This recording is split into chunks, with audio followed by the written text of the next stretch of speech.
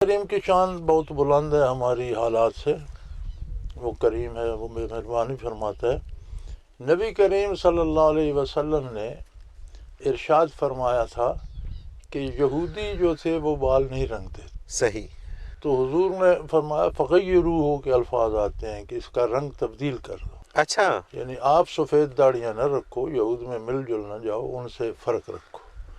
لہذا ابو بکر صدیق رضی اللہ عنہ وصال تک خضاب لگاتے تھے، فاروق اعظم لگاتے تھے، صحیح، اکابر صحابہ نے لگایا۔ ایک جو خضاب میں ہے کہ وہ کسی کو دھوکہ دینے کے لیے بال سیاہ نہ کرے، ٹھیک ہے، عمر چھپانے کے لیے نہ کرے، اور وہ بھی اگر جہاد پہ جاتا ہے، جہاد بالسیف پہ میدان جنگ میں جاتا ہے تو وہ وہاں یہ بھی کر لے تو جائز ہے، بالکل ٹھیک، کیونکہ وہاں پہ تو زیادہ اچھا نظر آنا، مضبوط نظر آنا۔ ورنہ سیاہ خضاب سے ایک حد تک علماء روکتے ہیں، باقی وہ سیاہ سے ہلکا ہے، مہندی کلر ہے، کوئی اور بے شمار کلر ہیں خضاب جی ہاں، کے، تو کوئی بھی کر لے تو یہ کرنا تو سنت ہے۔ سبحان اللہ، سبحان اللہ، بلکہ یہود چونکہ داڑیاں سر سفید ہی رکھتے تھے تو ان کے سارے علماء اور بزرگوں کی اسی طرح ہوتی تھیں، تو حضور نے فرمایا کہ ان سے فرق کرو، غیرو ہو، ان سے الگ نظر آؤ۔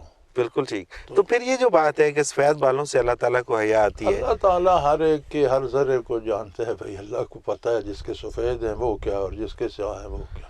صحیح، اللہ تعالیٰ حقیقتوں پہ فیصلے کریں گے، نمائش پہ نہیں۔ سبحان اللہ، سبحان اللہ۔ اور اچھا جو جی، سنت ہے یا جو حضور نے فرما دیا وہ اللہ ہی کی پسند ہے۔ بے شک، بے شک۔